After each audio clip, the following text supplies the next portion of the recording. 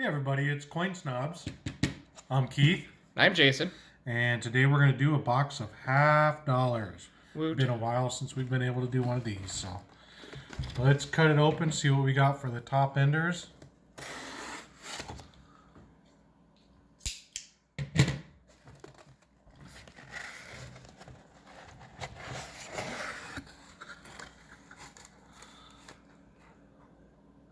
Well. Bicentennials. Mm-hmm. It's that one. It's kind of shiny. Yeah. Yeah. Yeah. A little bit. All right, we'll go through it and we'll do a wrap up. Awesome.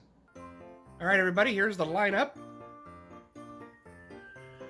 Over in this side, we've got some mint state coins with a 1979 with some pretty cool gold toning. Next row, we've got some NIFCs. We've got some 2008s, 2002, which of course is the first year of what I guess you could call the modern NIFC, or not intended for circulation. 2018, 2008, 2003, and a 2014. And then over here we have some Philadelphia strikes with the die crack coming off the bust, of course. A 98 Philadelphia and a 96. And then over here we have some strike doubling. Two of those guys. We got one with a cut error on the rim.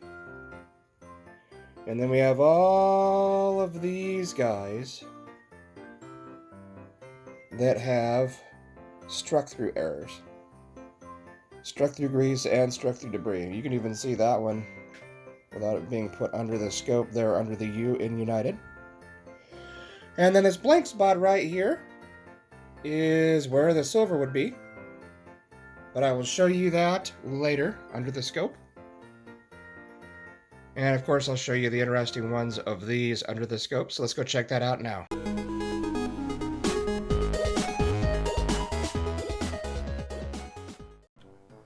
Alright, let's start it off with some, for us anyways, common die cracks that we find. I don't even know if they're actually common. We would assume they would have to be because we find them all the time. But I mean, maybe not. 1998 Philadelphia. Pretty common condition, of course. But got that giant die crack coming off of the front end of the bust there. Okay. And then we have a 1996 Philadelphia. About the same condition, maybe a little bit better, but it looks like it's got a few more bag marks. And again, that there die crack.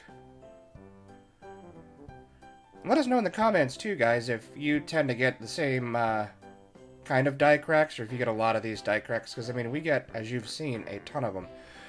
And this one, if you look up here, actually goes from the front of the bust all the way through a little bit of the bottom ridge of the bust here.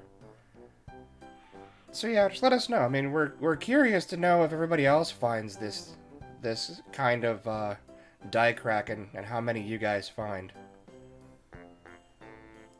I mean, we very rarely find a mid to late 90s Philadelphia strike without that die crack. Next up, we got a 1971. It's got a little bit of collar clashing there, which is what this is. This is basically from being maladjusted, and it comes down and strikes the collar that the coin is struck in, which has the reading, and it actually puts a little bit of a clash. It puts a little bit of an imprint on the hammer die, which is the averse die that comes down and actually physically strikes the coin, and then that's actually struck into coins after that.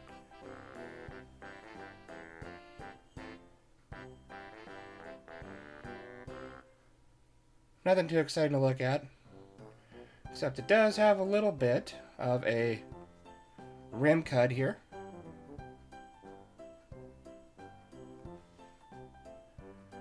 Which isn't so common. I mean, we find a few of them, but I mean, again, it's an anomaly, so we're going to keep it.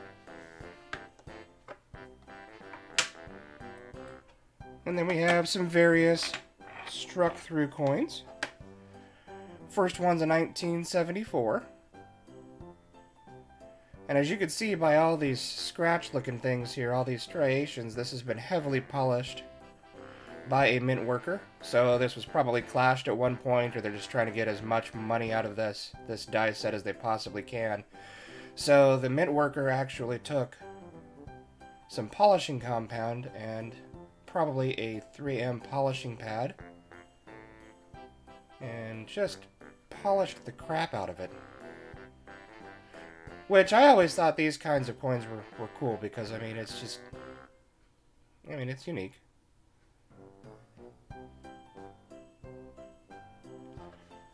But we go to the reverse here, find some more of those polishing scratches. And then we also see a little bit of struck through debris right here below the U. Right there. Now that could be like a piece of fuzz, literally, that got between the die and the planchet. That could be any number of things, but some kind of a little piece of debris.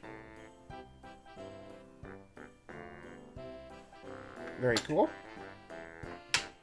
And again, unique. Another 1974, Denver. A little bit of an older die state, as you can see by the metal flow.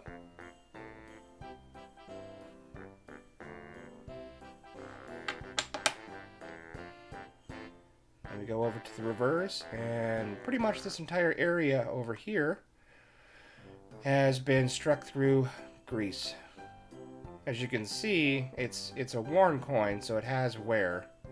But not this kind of wear, it's in specific spots. Like this up here, where the E pluribus unum is, that could be wear, but more than likely, because of the fact that the rest of the lettering is present, it's going to be grease that was retained on the die from it being polished. Same thing with the eagle. I mean, obviously the eagle is one of the first places that gets hit with any kind of circulation wear. But you can also tell that it hasn't been struck very well to begin with. Just a little hint of an FG there. A lot of the tail feathers missing. Yeah, lots of the arrow missing.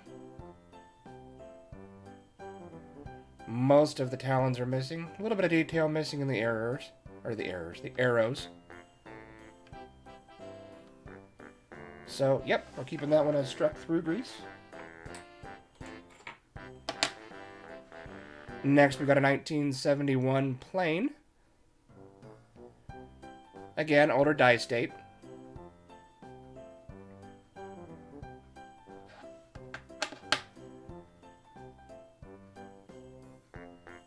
Doesn't really show too many signs of being polished, but I'm sure it has been. Or there was just a little piece of debris, similar to that 1974 that I showed you first in the series of, or the run of struck through that we have from this box. Right here to the left of the arrows. I was going to call them errors again. Well, I guess it is an error, but, you know, I'm trying to talk about these arrows right here. But anyways, I digress. Right here. Again, another little piece of debris. And I mean, that could literally be a tiny little chunk of fuzz or something that gets between there. These things are struck at such a high poundage that almost anything between the die and the planchet will leave an imprint.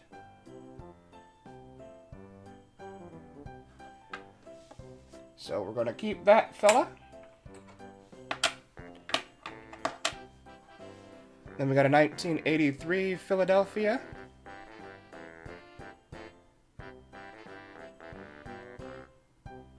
Pretty roached out condition. She's been spent a few hundred, or a few thousand, or a few 100,000 times, who knows. This down here, I think, is probably damaged. I don't think that's struck through, but it could be struck through. But if you look at it, again, this is the same concept. If you look over here at the right claw, which I guess from our perspective would be the left, or right leg rather, left leg for us, it still retains quite a decent amount of detail. Then over here, if you look at it, pretty much all of the detail is missing from the leg here, the arrows, the bottom of the arrows, the tail feathers in this area, and then right here. So this one, you can see some struck through grease here as well. So this one, it's a little bit harder to tell that it's actually been struck through, but we're going to deem that one struck through grease.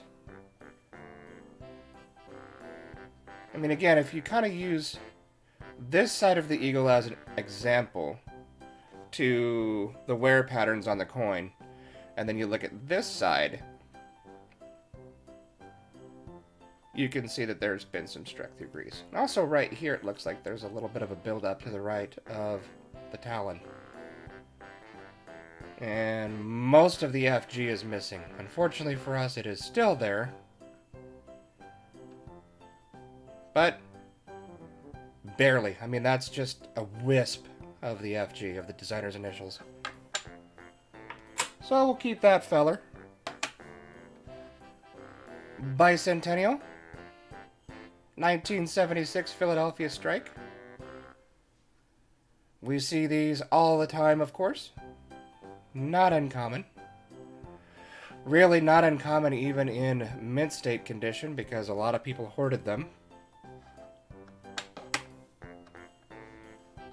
But if you look at the reverse here, you've got Independence L. Instead of Hall, we just have the L left. H, A, and L are missing, leaving us only the last L. And if you look down here, there is also most of this star missing. See if I can get a good angle here with the light, and you can actually see pretty much where the grease starts and ends. Yeah, it's kind of hard to get a good angle on it. But either way you look at it, it's quite obvious that the H, the A, and the L are just not there. And if you look at it at first, when I was looking through the loop, it almost looked like somebody had scratched it off, because there are some scratches right here from it being circulated or somebody just being malicious, but that's definitely not it. The scratches go through where the H, the A, and the L would be, but it was definitely struck through grease first. So there's that guy. And then we have a 1980 Denver. Older die state, lots of metal flow. Has never really been a very good coin. Of course, at one point it was a high mint state coin, but it's never really been a good strike. Flip her over and let's take a look for the struck through grease or struck through debris. There it is. Found it. And this is crazy deep, especially for being struck through grease. This is like they had left a blob of grease or polishing compound on the coin right there. And again, as you can see right here, most of the detail from the olive branch is missing on the very bottom here. A little bit of the eagle's tail feathers.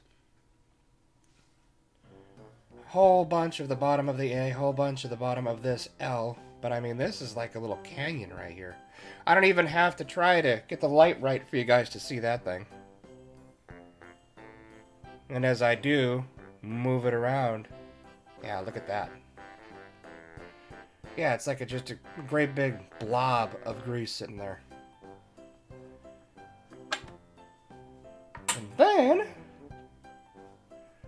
And then, the coup de grace.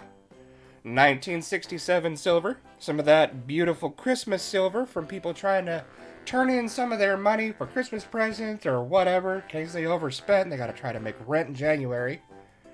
That's why you start to see silver pop up like late November, early through late December. Everybody should start finding more silver. More of the lower rated errors, things like that people have held on to. And now they got to get rid of them. And they don't have time to put them on eBay or don't care to put them on eBay or don't think they're worth money. So, yeah, 1967. It's not a bad coin. It's definitely seen a little bit of circulation over and above the box that it was put in, that we found it in. Decent strike. Overall, a cool coin. Super happy with that. And as super happy with that as we are when we found the 67, we were even happier when we found this little lady. Anytime you find old silver in anything, but especially a $50 box, it just gives you goosebumps, man. This is the exciting part.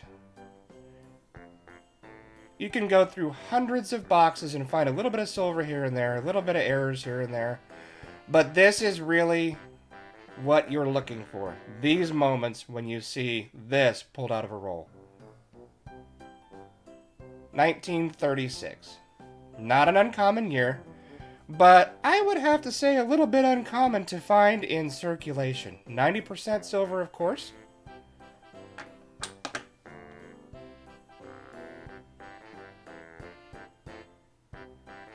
No mint mark, but that's okay. We're not going to get mad about it. Overall, a really cool looking coin. So yeah, of that box, that's what we found. I'm going to have to call that a W. That's a win. Super awesome. Alright guys, that is it for now. Happy holidays. God bless. Love you all. And we will see you soon. Thanks for checking it out.